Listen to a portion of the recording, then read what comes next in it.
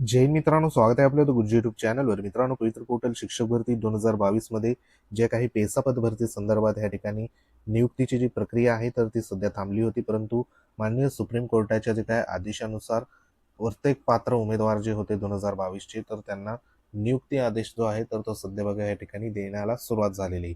आपण मागे नंदुरबार जिल्हा परिषद असेल, नाशिक असेल, धुळे असेल, तर त्या संदर्भात जी काही कार्यवाही आहे पेसा पद भरतीची तर ती त्या ठिकाणी बघा सुरू झालेली होती. आताच्या घडीला महत्वाचं या ठिकाणी जिल्हा परिषद पुणे संदर्भात जे काही आदेश आहे तर ते आदेश सध्या निर्गमित झाले. तर पेसा पद भरती संदर्भात या ठिकाणी जे काही 2022 ची पद भरती जी होती तर त्या अनुषंगाने संपूर्ण कार्यवाही आता अंतिम टप्प्यात आलेली आहे. आपल्याला माहिती आहे की 2025च्या पद भरतीमध्ये पेसा पद भरतीच्या ज्या काही वेकेन्सी आहे तर त्या वेकेन्सी काही जिल्हा परिषदमध्ये सध्या बघा आलेल्या नाही. आता पेसाचे आपल्या 13 जिल्हा परिषद आहे, त्याच्यापैकी जवळपास 1 ते 2च जिल्हा परिषदची जी काही पालघर असेल किंवा इतर जे काही जिल्हे असेल तर त्यांचीच वेकेन्सी 2025 मध्ये आलेली आहे. तर आता आपल्याला माहिती आहे की जो काही फेज 2 सध्या बघा होणार आहे, तर फेज 2 मध्ये जी काही वेकेन्सी आहे तर ती वेकेन्सी जी उर्वरित पेसा पद भरतीच्या अनुषंगाने या ठिकाणी उरलेली जी काही वेकेन्सी असेल किंवा जी नवीन येणारी वेकेन्सी असेल, कारण फेज 2 मध्ये जी काही वेकेन्सी आहे तर त्या वेकेन्सीमध्ये बऱ्याचशा मोठ्या प्रमाणात जी काही वेकेन्सी आहे तर ती आपल्याला पाहायला इथं मिळू शकते. तर सध्याच्या घडीला ज्या काही 2022च्या पदभरतीमध्ये वेकेन्सी या ठिकाणी आलेली होती तर त्याच्यामध्ये जे उमेदवार पात्र ठरलेले आहे तर अशा उमेदवारांना नियुक्ती आदेश देण्याचं सध्या बघा कामकाज इथं सुरू झालेलं आहे. तर पेसा पदभरती संदर्भात आपण संपूर्ण माहिती जाणून घेणार आहोत.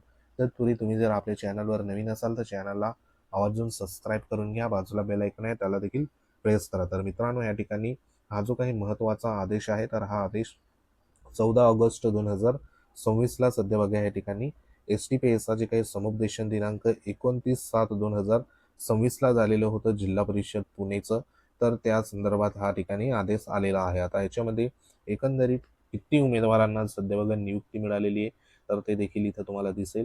तर हे जिल्हा परिषद पुणेची माहिती आहे. तर ह्याच्यामध्ये तुम्ही बघू शकता इथं म्हटलेलं आहे की संदर्भ क्रमांक 2 नुसार अनुसूचित क्षेत्र म्हणजे पेसा क्षेत्रातील ग्राम पातळीवर काम करणाऱ्या संवर्गातील पदभरती जाहिरातीद्वारे निवड करण्याची प्रक्रिया अंतिम टप्प्यावर आली होती. त्यामुळे प्रक्रियेमध्ये गुणवत्तेत पात्र ठरलेल्या उमेदवारामधून मानधन तत्वावर नेमणूक करून ही रिक्त पदे तातडीने भरण्याचे शासनाचे या ठिकाणी बघा आदेशित करण्यात आले होते. त्या अनुषंगाने खालील तक्त्यात दर्शवल्याप्रमाणे शिक्षण सेवक या पदावर संदर्भ क्रमांक 3 ते 7 नुसार दरमहा रुपये जे काही 16,000 मानधनावर त्यांच्या नावासमोर नमूद केलेल्या ठिकाणी खालील अटी शर्तीच्या अधीन राहून मानधन तत्वावर नियुक्त करण्यात येत आहे. तर ह्या ठिकाणी जे काही शिक्षण सेवक पदावरती नियुक्ती जी आहे तर ती सध्या इथं मिळालेली आहे. इथं तुम्हाला उमेदवाराचं नाव देण्यात आलं आहे, बरोबर. उमेदवाराचं नाव व पत्ता, पद आहे शिक्षण सेवक, नियुक्तीचा प्रवर्ग, तालुका, केंद्राचं नाव आणि शाळेचं नाव, अशा पद्धतीने इथं नियुक्ती देण्यात आली. आता याच्यामध्ये जे काही नावं आहेत तर त्या नावासमोर बघा इथे शाळा देखील देण्यात आलेली आहे. शिक्षण सेवक, ST प्रवर्ग, तालुका जुन्नर असेल, सितेवाडी केंद्र, त्यानंतर सितेवाडी जिल्हा परिषद शाळा, खेड असेल, जुन्नर असेल, अशा ठिकाणी इथं उमेदवारांना नियुक्ती देण्यात आली. आता ह्याच्यामध्ये तुमचं नाव असेल तर अशा उमेदवारांसाठी बघा या ठिकाणी महत्त्वाचा हा आदेश असणार आहे.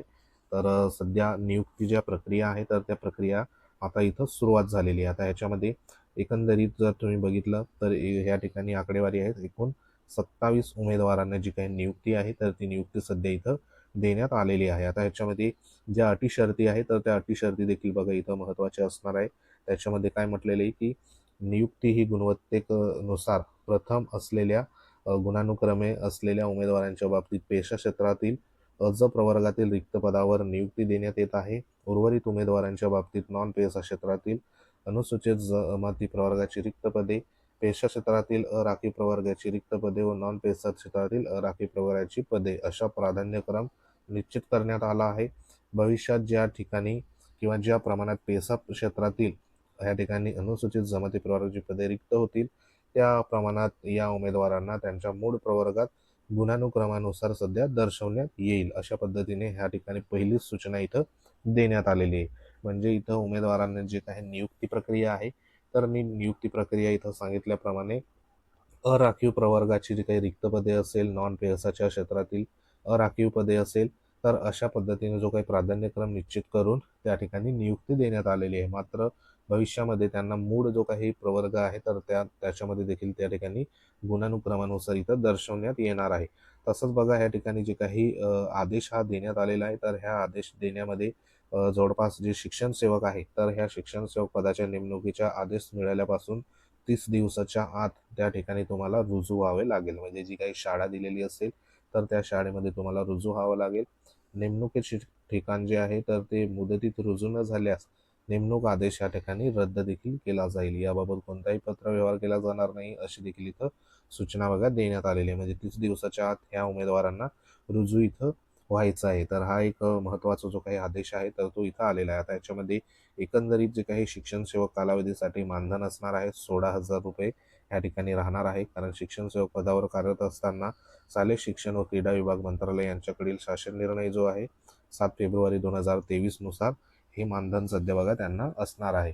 तर ह्याच्यामध्ये संपूर्ण जे काही अटी शर्ती बघा इथं देण्यात आलेली आहे त्या अटी शर्तीच्या आधारावर या ठिकाणी नियुक्ती झालेली आहे. आता एकंदरीत शिक्षक पदभरती 2022ची जी काही अंतिम सध्या बघा या ठिकाणी टप्प्यात आल्यामुळे संपूर्ण प्रक्रिया इथं जे काही उमेदवार आहेत तर त्या उमेदवारांना गुणवत्तेच्या आधारावर आणि मेरिटच्या आधारावर इथं नियुक्ती सध्या बघा देण्यात आलेली आहे. कारण ह्या संदर्भात ज्या काही जिल्हा परिषद आहे तर त्या जिल्हा परिषदमध्ये बऱ्यापैकी जिल्हा परिषदमध्ये ज्या कार्यवाही आहेत तर त्या कार्यवाही सध्या बघा इथं झालेल्या आहे. आता 2025च्या पदभरतीमध्ये जे काही शिक्षक सध्या भरती आहे तर त्या भरतीमध्ये आपल्याला माहिती आहे की बहुतेक जे काही जिल्हा परिषदची पेसाची जी काही वेकेन्सी आहे तर ती वेकेन्सी आली नव्हती. कारण त्याच्यामध्ये बहुतेक जी काही 2022च्या पदभरती सध्या बघा त्या ठिकाणी अपूर्ण होती आणि नवीन पदभरती संदर्भात जे काही रोस्टर असेल किंवा बिंदू नामावली असेल तर त्या बिंदू नामावली सध्या अपडेट होणं बाकी होतं आणि त्यामुळे ह्या ठिकाणी जी काही पदभरतीच्या अनुषंगाने आपल्याला माहिती आहे शिक्षक पदभरती जी प्रक्रिया आहे तर ती प्रक्रिया लवकरच सुरू झाली होती आणि ह्याच्यामध्ये पेसा पदभरतीच्या अनुषंगाने जे काही रोस्टर असेल किंवा अपडेट ज्या बिंदू नामावल्या असेल तर त्या संदर्भात बराचसा कालावधी ह्या ठिकाणी लागत असतो आणि त्या अनुषंगाने ह्या ठिकाणी जे काही 2025च्या पदभरतीमध्ये आपल्याला वेकेन्सी आलेली पाहायला मिळत नाही. ज्या ज्या जिल्हा परिषदची कार्यवाही बघा लवकर झालेली होती 2022च्या पदभरतीची तर अशा जिल्हा परिषदची या ठिकाणी वेकेन्सी आपल्याला आलेली पाहायला मिळते. उदाहरणार्थ पालघर जिल्हा परिषद असेल तर त्या ठिकाणी सर्वात पहिले जी काही प्रक्रिया आहे 2022च्या पदभरतीची तर ती त्या ठिकाणी सुरू झालेली होती. त्यामुळे तिथं जी काही वेकेन्सी आहे तर ती आलेली होती. परंतु इतर ज्या जिल्हा परिषद आहे उदाहरणार्थ नंदुरबार जिल्हा परिषद असेल, नाशिक जिल्हा परिषद असेल तर ह्यांची बघा जे काही नियुक्ती प्रक्रिया संदर्भात बऱ्याचशा त्रुट्या होत्या आणि त्या त्रुट्या दूर करून सध्या ज्या नियुक्ती आहे तर ती नियुक्ती मागच्या महिन्यामध्ये सध्या बघा या ठिकाणी सुरू झालेली होती. त्या अनुषंगाने ह्या ज्या जिल्हा परिषदची जी काही प्रक्रिया आहे तर ती सध्या लेट झाली आणि आगामी काळामध्ये जी 2025ची चालू पदभरती आहे तर ह्याच्यामध्ये वेकेन्सी सध्या बघा आपल्याला आलेली पाहायला मिळत नाही. तर ह्याच्यामध्ये आपल्याला माहिती आहे की 2025च्या पदभरतीमध्ये जो काही फेज 2 ह्या ठिकाणी होणार आहे त्या अनुषंगाने आपण मागच्या व्हिडिओमध्ये देखील माहिती घेतली. फेज 2 मध्ये जी काही वेकेन्सी आहे तर त्या वेकेन्सी ह्याच्यामध्ये कदाचित आपल्याला पेसाची जी काही वेकेन्सी आहे तर ती देखील सध्या पाहायला इथं मिळू शकते. तर त्याच्यासाठी ज्या काही वेकेन्सी आल्या नाही तर त्या जिल्हा परिषदमध्ये पेसा उमेदवारांनी पाठपुरावा देखील केला पाहिजे जेणेकरून ज्या वेकेन्सी उरलेल्या वेकेन्सी आहे किंवा पेसाच्या वेकेन्सी आलेल्या नाही तर त्या फेज 2 मध्ये आपल्याला पाहायला बघा या ठिकाणी मिळू शकतात. तर सध्या ही एक महत्त्वाची अपडेट आहे. जशी पुढील अपडेट येईल तशी तुमच्यापर्यंत पोहोचवण्यात येईल. तर सध्या पेसा पदभरती संदर्भात ज्या ज्या अपडेट आहेत तर त्या आपण वेळोवेळी तुमच्यापर्यंत पोहोचवण्यात येणार. तर सध्या एस-टी बांधवांपर्यंत आपल्या व्हिडिओची लिंक पोहोचवा, व्हिडिओ शेअर करा, इतर जे काही ग्रुप असेल तेथे देखील पोहोचवा. तुम्ही जर आपल्या चॅनलवर बघा नवीन असाल तर चॅनलला सबस्क्राईब करून घ्या. बाजूला बेल आयकॉन आहे त्याला देखील प्रेस करा. तर आपण भेटू पुढील अपडेटमध्ये. तोपर्यंत जय हिंद, वंदे मातरम.